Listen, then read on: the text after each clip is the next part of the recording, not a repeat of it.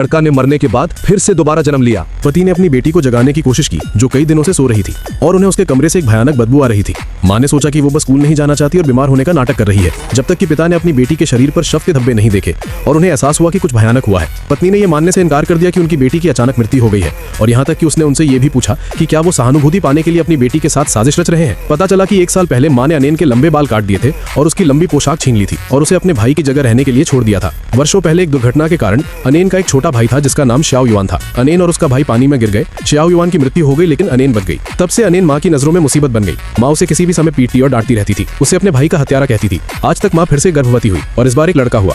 उसे लगा कि श्याओ युआन उसके पास लौट आया है। माँ की लंबे समय से खोई हुई मुस्कान देखकर अनेन भी बहुत खुश हुई। उसने माँ को पोषण देने के लिए अंडे के पैनकेक बनाए, लेकिन जब माँ ने उसे देखा तो उन्होंने उसे ठंडी नजर से देखा और यहाँ तक कि उसे अपने कमरे में वापस जाने के लिए कहा और ये भी कहा कि खाना पकाने की गंध उसके पेट में पल रहे छोटे भाई को नुकसान न पहुंचाए। अनेन अपने कमरे में वापस चली गई। ये नहीं समझ पा रही थी कि खुश हो या दुखी, लेकिन अचानक उसके पेट में बहुत तेज दर्द हुआ। पता चला कि अनेन एक लाइलाज बीमारी से पीड़ित थी, लेकिन उसने अपने परिवार को कभी नहीं बताया था और आज वो दिन था जब उसकी जिंदगी खत्म होने वाली थी। कमरे में शोर सुनकर माँ कमरे में आ गई। मरने से पहले उसने कहा कि वो माँ को एक बार और गले लगाना चाहती है। पिताजी आगे बढ़ने ही वाले थे, लेकिन माँ ने उन्हें रोकते हुए कहा कि वो सिर्फ बीमार होने का नाटक कर रही है, उनकी सहानुभूति पाने की कोशिश कर रही है।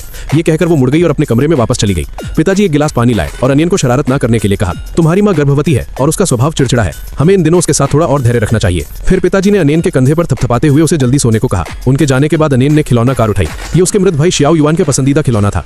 माँ ने कहा था कि उसे इसका अच्छे से ख्याल रखना चाहिए, लेकिन कल स्कूल में कुछ बच्चों ने इसे लगभग छीन लिया था। उसने उन शरारती बच्चों से इसे वापस लेने की बहुत कोशिश की। उसने सोचा कि अब जब उसका भाई सचमुच वापस आ गया है तो उसके माता पिता को अब उसे उसकी जगह देखकर दुखी नहीं होना पड़ेगा। उस समय उसके पूरे शरीर में असहनीय दर्द हो रहा था जिसे अनेन सहन नहीं कर पा रही थी। वो बिस्तर पर इसी तरह सिमट कर सो गई। अगली सुबह जल्दी ही माँ कमरे में आई और उससे पूछा कि उसने अभी तक नाश्ता क्यों नहीं बनाया। पिताजी आए और उसे थपथपाकर उठने और पालना खरीदने के लिए कहा।